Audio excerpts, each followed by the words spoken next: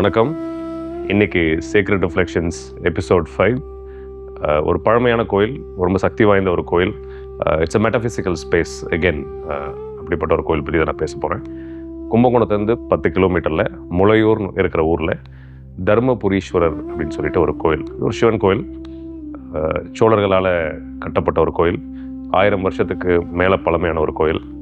இன்னொரு முக்கியமான விஷயம், நம்ம எல்லாருக்கும் 63 நாயன்மார்கள் பற்றி தெரியும். இந்த கோயிலோட சம்மந்தப்பட்ட ஒரு நாயன்மார் அமர்நீதி நாயனார்.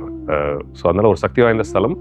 நான் பல ஆன்மீக ஸ்தலங்கள் பற்றி பேசிகிட்டு இருக்கிற தருணத்தில் ஒரு முக்கியமான விஷயம், நான் எப்பயும் சொல்கிற மாதிரி, இதெல்லாம் வெறும் கோயில்கள் கிடையாது. இந்த கோயில் போய் நம்ம வேண்டுற இடங்கள், வேண்டுங்க தப்பு இல்லை, அதுக்கு மேலே அமானுஷ்யமான விஷயங்கள் இருக்கக்கூடிய இடங்கள் இது. அமானுஷ்யம்னா கெட்ட விஷயமா நம்ம எடுத்துக்க வேண்டாம். நமக்கு புரியாத நிறைய விஷயங்கள் நடக்கக்கூடிய இடம், அதுதான் அமானுஷ்யமான விஷயங்கள். ஆனால் நல்ல விஷயங்கள் இந்த மாதிரி ஸ்தலங்களில் நீங்கள் போய் அந்த லிங்கத்தை பாருங்கள். தர்மபுரீஸ்வரர் சிவன் அப்படின்னு நீங்கள் எதிர்பார்த்து போகிறதோட, நீங்கள் அந்த கோயிலுக்குள்ளே போய் அந்த லிங்கத்தை பார்த்துட்டு உங்கள் உடம்பு அந்த இடத்துக்கு கொண்டு போயிட்டு வாங்க. உங்களுக்கு என்ன நடக்கணுமோ உங்களுக்கு தெரியாமல் இருக்கும், புரியாமல் இருக்கும், ஆனால் உங்கள் ஆன்மாவுக்கு தெரியும் உங்களுக்கு என்ன தேவைன்றது. அது எல்லாமே பூர்த்தி செய்யப்படும். அது நீங்கள் பொருட்கள் மேலே ஆசையாக இருந்தாலும் சரி, வேலை விஷயங்கள், நான் எப்பயும் சொல்கிற மாதிரி உறவுகள், என்ன ஆசையாக இருந்தாலும் நடக்கும். அதுக்கு மேலே இந்த இன்ஃபைனைட் கான்ஷியஸ்னஸ், ஜீவாத்மன் பரமாத்மன் புரிதல் உங்களுக்கு கண்டிப்பாக உண்டு பண்ணுற இடமா இருக்கும். மறுபிறவி இருக்காது. இது நான் இவ்வளோ ஸ்ட்ராங்காக சொல்லக்கூடாது. ஸோ அதெல்லாம் முக்கியமாக ஒரு தன்மையாக வச்சு தான் இந்த மாதிரி சக்தி வாய்ந்த இடங்கள் உருவாக்கப்பட்டிருக்கு. So we are lucky. தமிழ்நாட்டில் இந்த மாதிரி இடங்கள், இந்தியாவில் இந்த மாதிரி இடங்கள் நமக்கு இருக்கிறது. We are very lucky. அதுக்கு மேலே எனக்கு சொல்ல வார்த்தைகள் இல்லை. என்ன நடக்கும்னு நான் சொல்ல மாட்டேன். நான் சொன்ன மாதிரி உங்கள் உடம்பு அந்த இடத்துக்கு கொண்டு போங்க, நடக்க வேண்டியது நடக்கும். இன்னொரு முக்கியமான விஷயம், நவகிரகங்கள், 9 பிளானட்ஸ். இப்போ எல்லாரும் பேசுகிறாங்க இல்லையா, நவக்கோள்கள் இருக்குது, அதுக்கு ஃப்ரீக்வன்சி இருக்குது. இதெல்லாம் நம்மளோட மண்ணில் பல ஆயிரக்கணக்கான வருஷங்களுக்கு முன்னாடியே கண்டுபிடிக்கப்பட்ட விஷயம். சேட்டலைட்ஸ் இல்லாமல், டெலஸ்கோப்ஸ் இல்லாமல், சித்தர்கள் தியானம் முறைகள் மூலம் மட்டுமே. ப்ளஸ் நிறைய விஷயங்கள் இருக்குது. டெக்னாலஜி, நம்ம யூஸ் பண்ண டெக்னாலஜிலாம் பேசினா அது இந்த வீடியோ பத்தாது. ஸோ அதெல்லாம் இல்லாமல் கண்டுபிடிச்சி வச்ச இடம், உருவாக்கப்பட்ட ஸ்தலம்னு நான் சொல்லுவேன். இது நவகிரகங்களோட பாதிப்பு ஒரு மனுஷனோட வாழ்க்கையிலையும் கண்டிப்பாக நவகிரகங்களோட ஒரு பார்ட் இருக்குது. மக்கள் அது இயக்குதுன்னு கூட நான் சொல்லுவேன் ஒரு விதமாக. ஸோ அந்த நவகிரகம் ஒரு கிரகத்துக்கும் ஒரு தன்மை இருக்குது. அந்த தன்மைக்கு ஏற்ற மாதிரி ஒரு மனுஷன் வாழ்க்கை இயங்குகிற சூழல் இருக்குது. ஸோ நவகிரகங்களோட தோஷங்கள்னு சொல்லுவாங்க சில பேர். அதோட ஒரு கட்டுப்பாடுன்னு கூட வச்சுக்கோங்க. சரியில்லாத கட்டுப்பாடு, சரி உள்ள கட்டுப்பாடுன்னு கணக்குகள் இருக்குது. பட் சரியில்லாத விஷயங்கள் உங்களுக்கு நவகிரகங்கள் மூலமாக நடக்குதுன்னா, ஒரு கிரகங்களும் இந்த இடத்துக்கு வாங்க. It's a deeper science. 12 ராசி 12 லக்னங்களில் தான் எல்லா மனுஷங்களும் எப்படி பார்த்தாலும் பிறந்திருக்கணும்.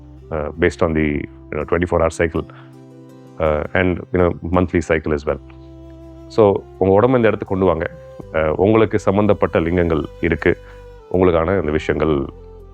இதுக்கு மேலே நான் குவான்டிஃபை பண்ணக்கூடாது. கொண்டு வாங்க, உடம்பு இந்த இடத்துக்கு கொண்டு வாங்க, போங்க. வாழ்க்கை மாறும். நீங்கள் என்னெல்லாம் நடக்கிறீங்களோ எல்லாமும் நடக்கும். அதுக்கு மேலேயும் நல்ல விஷயங்கள் கண்டிப்பாக நடக்கும். அதனால தான் இந்த தர்மபுரீஸ்வரர் ரொம்ப முக்கியமான கோயில் நான் சொல்லுவேன். நான் உணர்ந்த விஷயங்கள், அமானுஷ்யங்கள் எஸ் கண்டிப்பாக இருக்குது. அங்கே இருக்கிற அந்த லிங்கத்துக்கு உயிர் இருக்குது. ப்ளஸ் அங்கே சக்தி ஃபார்ம் ஒரு கணக்குன்ற மாதிரி இடகலை பிங்கலை கணக்கு இருக்குது. ஸோ இடகலைக்கு ஒரு கணக்கு, பிங்கலைக்கு ஒரு கணக்கு. இந்த ரெண்டையும் சமமாக கொண்டு போய் சமப்படுத்துறதுக்கான இன்னொரு எனர்ஜி ஃபார்ம் விமலநாயகி சக்தி ரூபம். அந்த அழகான ஒரு சக்தி வாய்ந்த எனர்ஜி ஃபார்மோடையும் நீங்கள் உட்காந்துட்டு வரணுன்றது என்னோட ஒரு தாழ்மையான கருத்து. இந்த கோயிலுக்குள்ளே போய் 5 நிமிஷம் செலவு பண்ணிவிட்டு வாங்க. உட்காருங்க, நடங்க. என்ன நடக்கணுமோ உங்களுக்கு நடக்கும். ஸோ எல்லார் வாழ்க்கையிலையும் ஏதாவது ஒரு விதமான நெகட்டிவிட்டி இருக்கும். ஸோ இந்த இடத்துல நீங்கள் போகும்போது நீங்கள் உங்கள் உடம்பு எடுத்துகிட்டு போகிறீங்க. நான் சொல்கிறேன், உடம்புன்றது மரியாதையோட சொல்கிறேன். ஏன்னா நம்ம உடம்போட ரொம்ப நம்ம அட்டாச் ஆக வேண்டிய அவசியம் கிடையாது.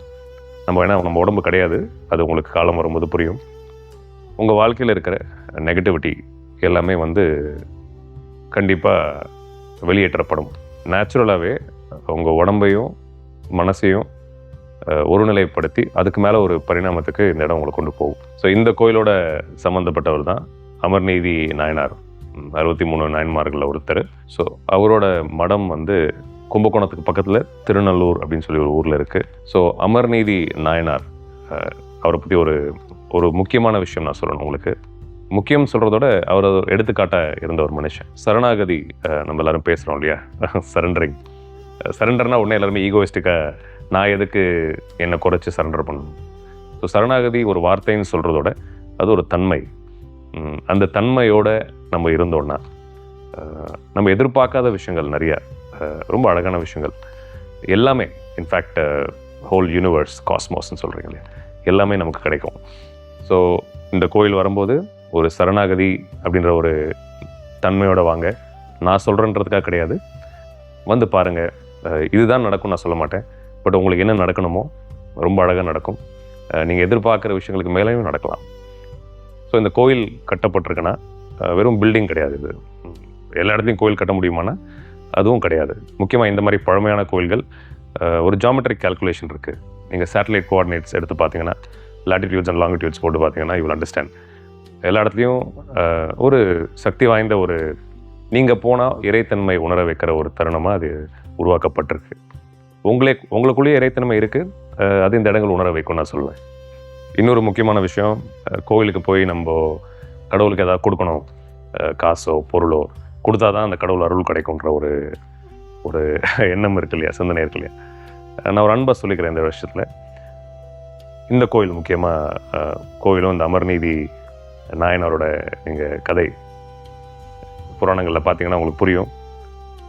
அன்பு, டிவோஷன், மனசளவில் நம்ம எவ்வளோ நம்மளை கொடுக்குறோம், அன்பு கொடுக்குறோம், ப்ளஸ் நம்ம எவ்வளோ பக்தியோடு இருக்கிறோன்றது தான் கணக்கு. அமர்நீதி நாயனாரோட வாழ்க்கை வழி நீங்கள் பார்த்தா கூட பக்தி, பொருளாலேயோ கடவுள்கிட்ட கணக்கு வச்சு பேசுகிறதாலேயோ இறைத்தன்மை அடைய முடியாது.